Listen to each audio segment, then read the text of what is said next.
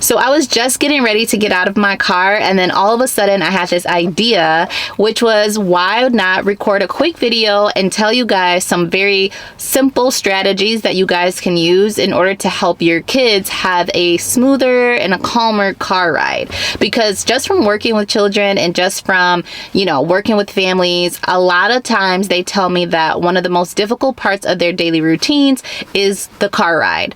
So I wanted to share with you some very quick strategies to help with that. So getting right into it, number one, I highly recommend that you prepare ahead of time. So if you know that you're going to be going out for a while, or you have to take your child into the car for a while, definitely just think about what items should you be preparing and what items should you be bringing along with you in the car. So preparation is always key with kids, no matter what you're doing. So take a moment, write down a list of things, and maybe even prepare and pack a little baggie or fanny pack of things that you can take along with you on the car ride. To go along with that, one of the things that I highly recommend is that you have some type of sensory support in your car. So sensory supports can be a variety of things. So it could be like fidget toys.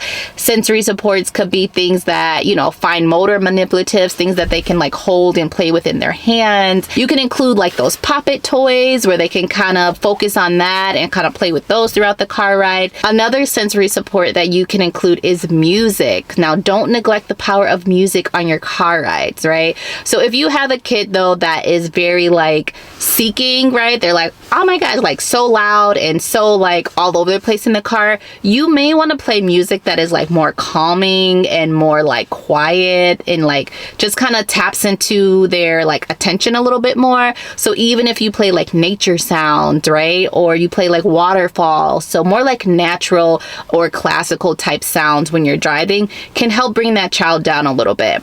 Or if you have the opposite and you have a kid that's very kind of low energy, low attention, low arousal, and you're trying to get them more attentive, especially to prepare for what's coming next, then you may want to play music that's more elevated and uplifting. And also think about playlists for them, right? So if they have a favorite movie, right, you can pick a playlist from their favorite movie and bring that into the car as well. So never neglect the power of music on your car rides. Another thing to kind of go along with that is don't neglect the snacks, okay? Snacking and having snacks for the car ride and drinks for the car ride is going to be essential.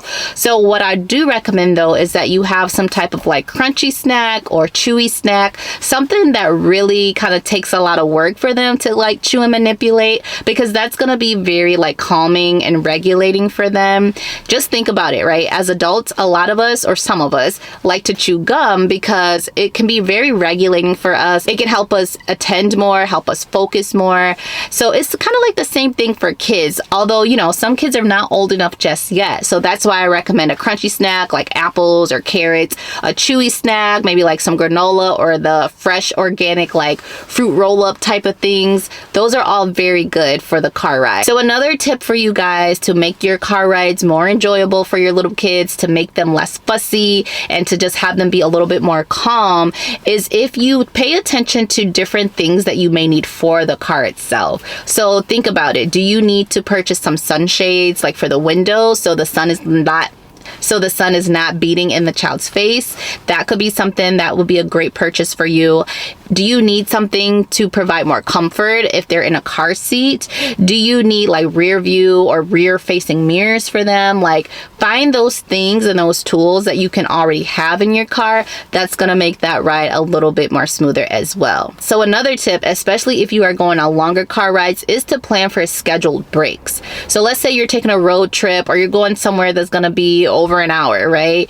Definitely plan out those scheduled breaks so that your child can have that time to kind of move around a little bit, get out the car seat, and just have that time to reset before they have to get back in the car again. Another way in which you can make your car rides a little bit more smoother is if you think about having some engaging distractions, right? So what I mean by engaging distractions are things like books, right? You can have those books that read along to your child. You can also play games in the car. So this is always a big big hit, right? So for example, you can play games such as I Spy. So when you're driving the car, you can say things like, I spy a red car, or I spy an airplane, and see if your child can also find those things. And so not only is it like a helpful, engaging distraction from the car ride, but you're also working on other skills. So with a game like I Spy, you can work on things like visual scanning, you can work on things like sound recognition or sight recognition or labeling objects or communication, their speech skills.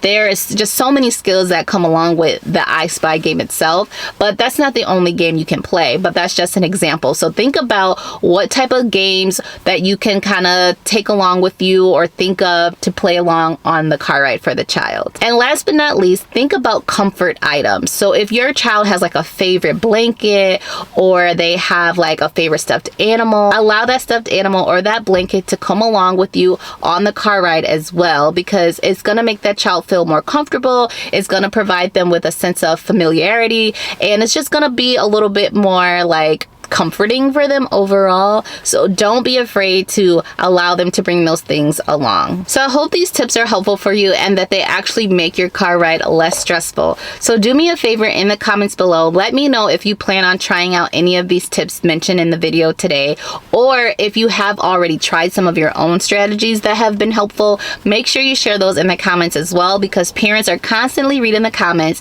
and so it's always nice if we can help each other out.